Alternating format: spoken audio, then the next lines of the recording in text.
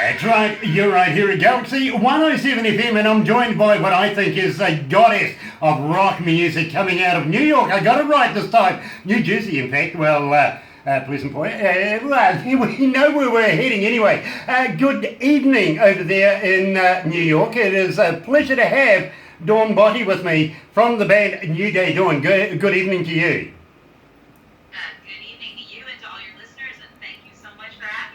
It is an absolute pleasure to be having you, and believe me, we've been playing you for a little while now, and believe me, the statistics are going crazy over your music, and we've had to add you to a number of shows that we've got, including, of course, The Breakfast Show. You were highlighted today all through My Breakfast Show, and everybody's been emailing me all these sort of questions to ask you about yourself, about the band, and of course about your music. And of course, one young lady, and I've really got to get this in now because I know she's going to email me very, very shortly. So Claire, I got you covered this time from Cairns in Australia.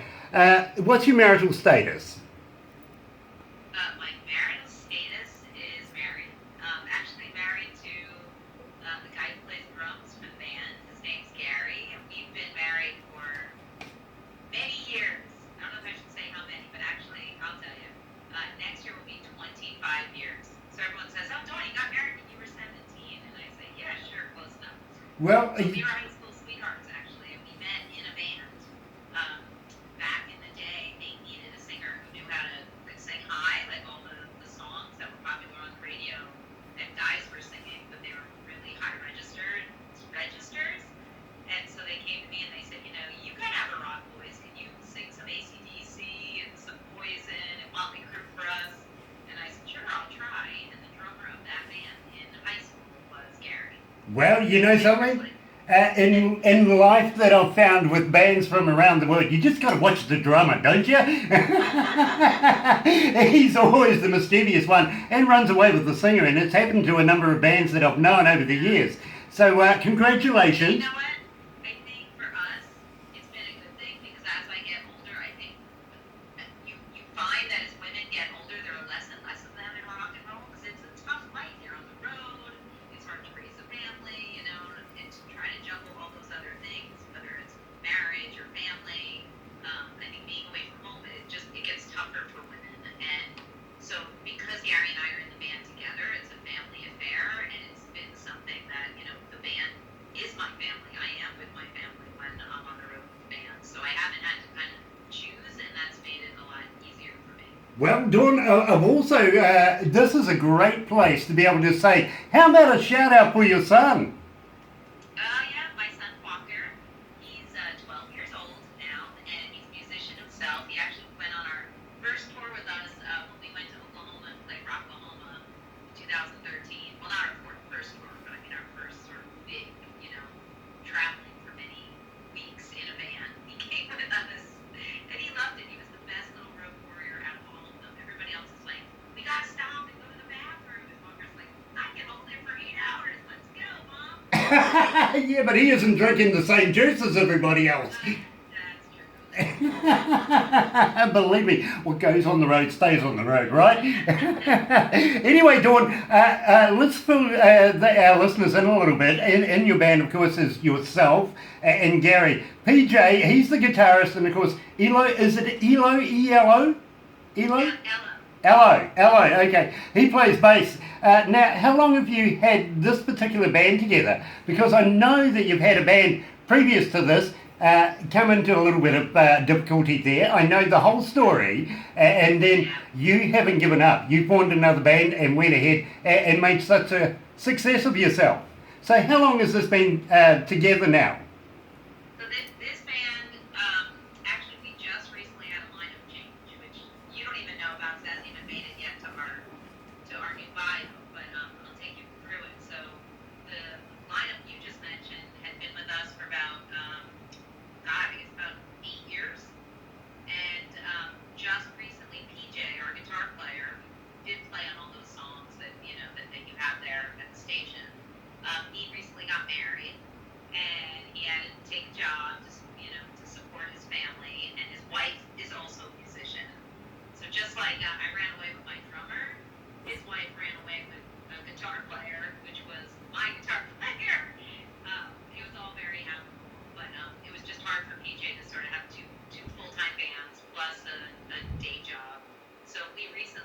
new guitar player. His name's Steve. Steve's been with us for about 4 months now. So it's a whole thing of like he's on the new record that's coming out, and it's all about like getting new photos and changing the bio and all those things you have to do every time Now, did I hear that right? Did you call him Steve Sucks? Yes, it's Steve Sucks. Seriously? Or are you just saying Steve Sucks? SCUCS. Ah, okay. Okay. you know. There's no way to say it. Well, the funny thing is my husband's last name is SCCZ. So both of them start with an S and then a C. They're both Polish last names. I'm like, what's the chance of that? Like, have 4 members of a band, 2 of them have last names that start with an S and then a C. you know, maybe you could go and buy a lotto ticket for each of them, and they might win something. You get half of it at least. By the way, I got to congratulate you because we here are actually February the 1st. We're a whole new month. You're behind us right now, aren't you? Oh, wow.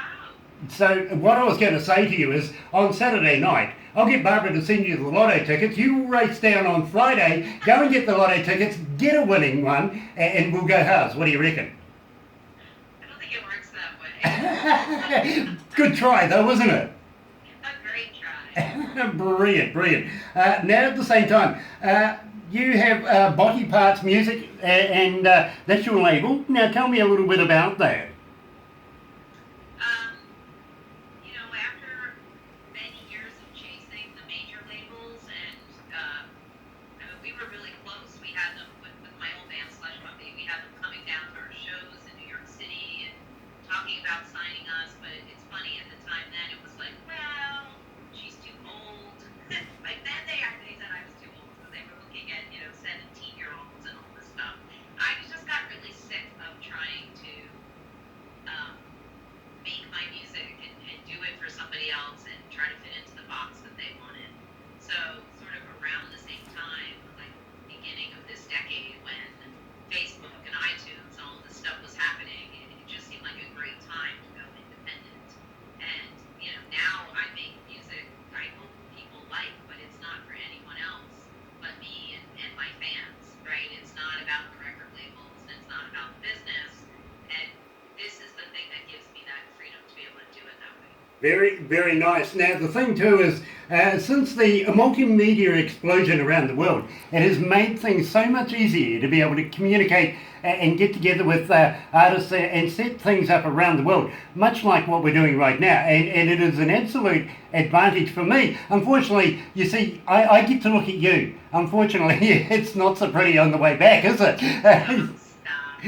But in the meantime, the whole enchilada of being able to have a multimedia opens it up to all forms of platforms now, and it is a great way to be able to get your talents out to the world. Now we have just over 5.5 million people logged in right now. I got voices in my head. My directors and producing team are sitting there keeping me updated all the time with what's happening and how many requests we get through the moment, if you know what I mean, for different songs of yours. Now, we played Lay Your Head. Now, I really want to know about this. How did you come to the lyrics? Who was your producer and where did you get it recorded? Okay, so the lyrics of that song, I wrote that when my son was really little, and he would be like crazy running all around and the house or whatever, he'd be upset about something, and I would say, come to mommy, lay your head down, on my lap. And it kind of struck me that it was this just great moment of peace that we should all have, or hopefully have all had in our lives, when there's somebody that loves you so much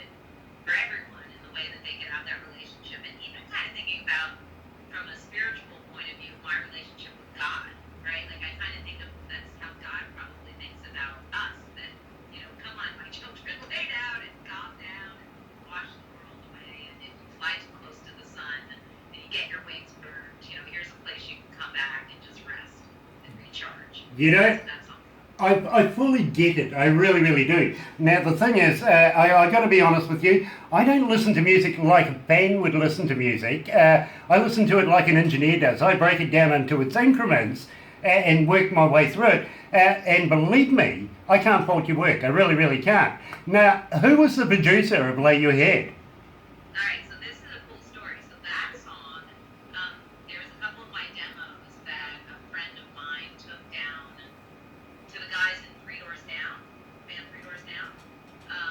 And one of the guys in Three Doors Down, Chris Henderson, has a studio that he owns with the keyboard player from 38 Special, Bobby Caps. They have a studio down in Nashville. And they heard my stuff and they said, listen, you know, if you want, come down here and we'll produce your record for you. So I went down and we did.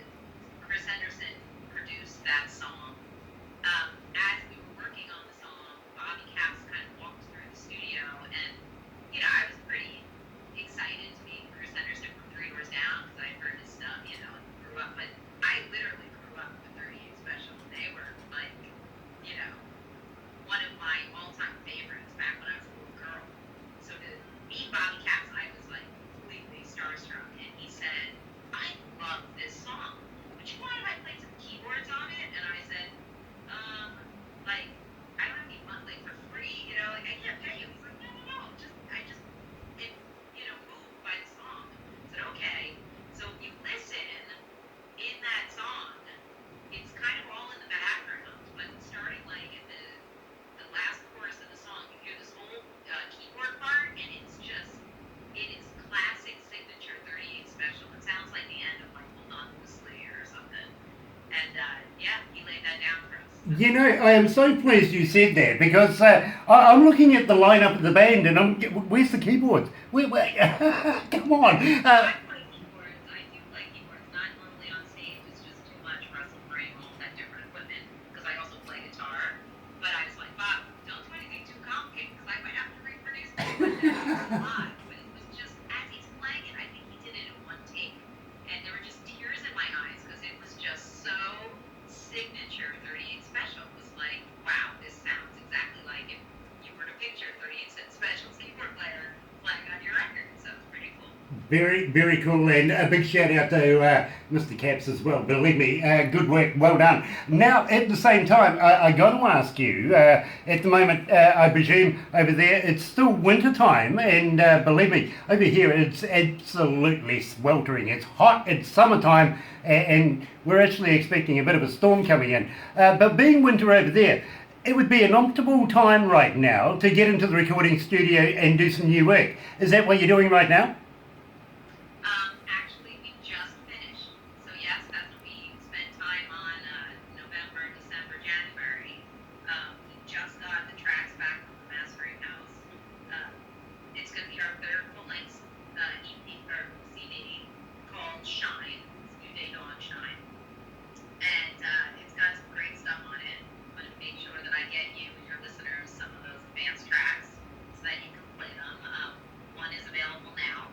That I'll get you as soon as we, you know, finish up here, so you can start playing it as soon as you like, and then I'll get you one that's exclusive just for you and your listeners. Well, now I got to let you in on a little secret here. At Galaxy, we get between 30 and 50 bands a day that want to be promoted and go on to further things, including interviews, and I will let you know about the magazine that we're associated with as well, coming out of Pennsylvania. And believe me, you're going to want to know about this. But the thing is, at the same time, we have been getting so many requests for your music and everything like that. Now, I'm looking forward to any new music. I really, really am. Now, at the same time, if you're going to give me an exclusive, I'm going to ask you to come back and give me another very, very small interview, you know, maybe about 15 minutes out of your time, because I'm humbly grateful that you're giving us time today. But believe me, we would love to be able to continue having New Day Dawn exposing here at Galaxy. Would you be up for that? Oh my God, of course, absolutely. I mean, without you, without the fans, we're nothing, you know? We're just like a gong banging in, you know, a cave somewhere. It's like a dream falling apart that no one sees or hears.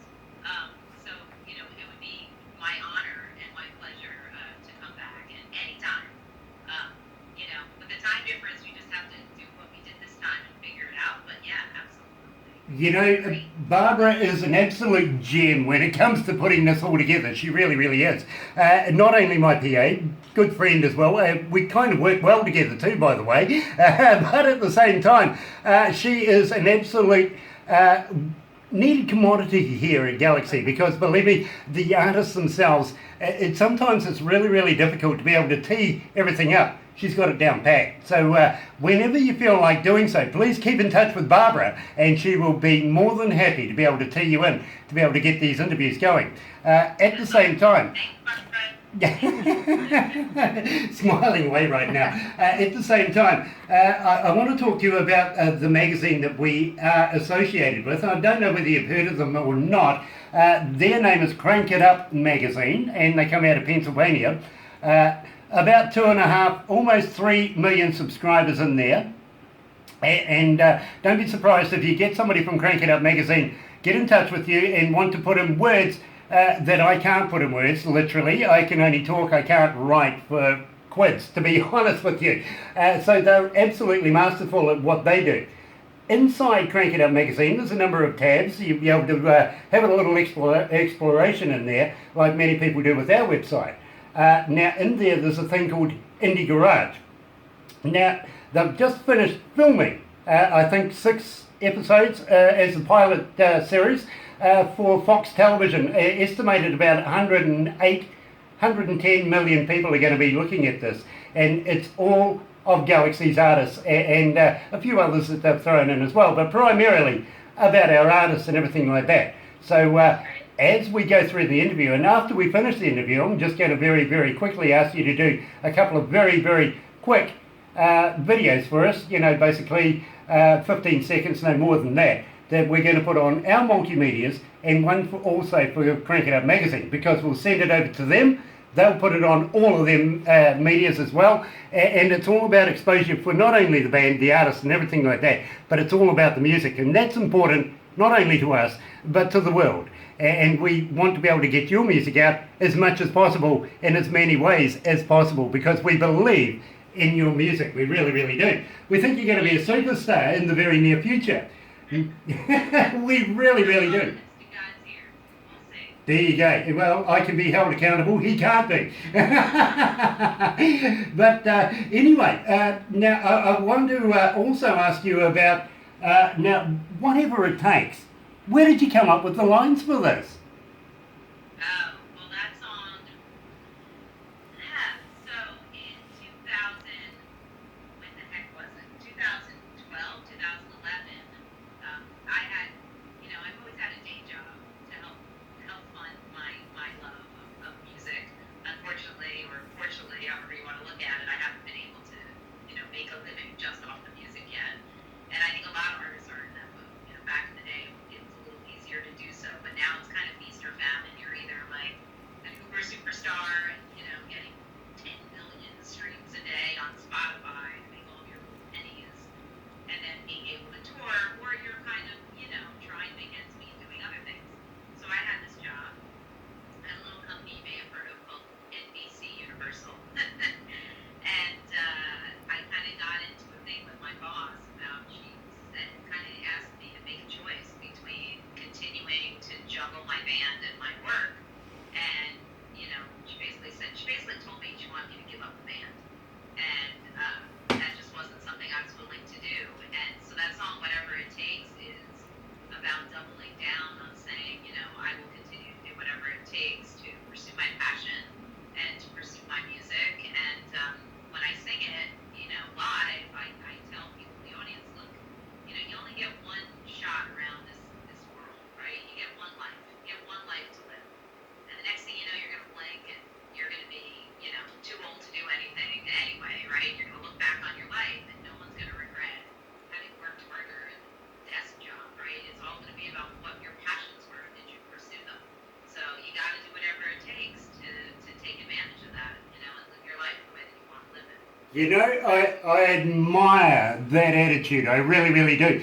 Personally, I have my views on people that tell me what to do about things like that all the time. Never listen to them on cloth ears. I just can't hear that. You know what I mean? It was scary. It was scary because I was blessed to have a job that I made a lot of money,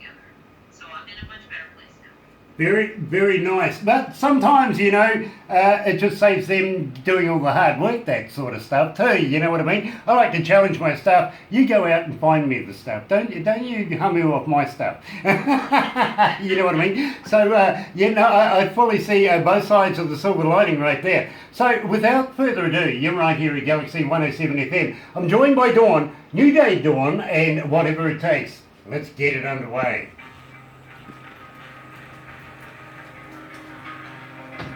Oh my God, it's hot up here.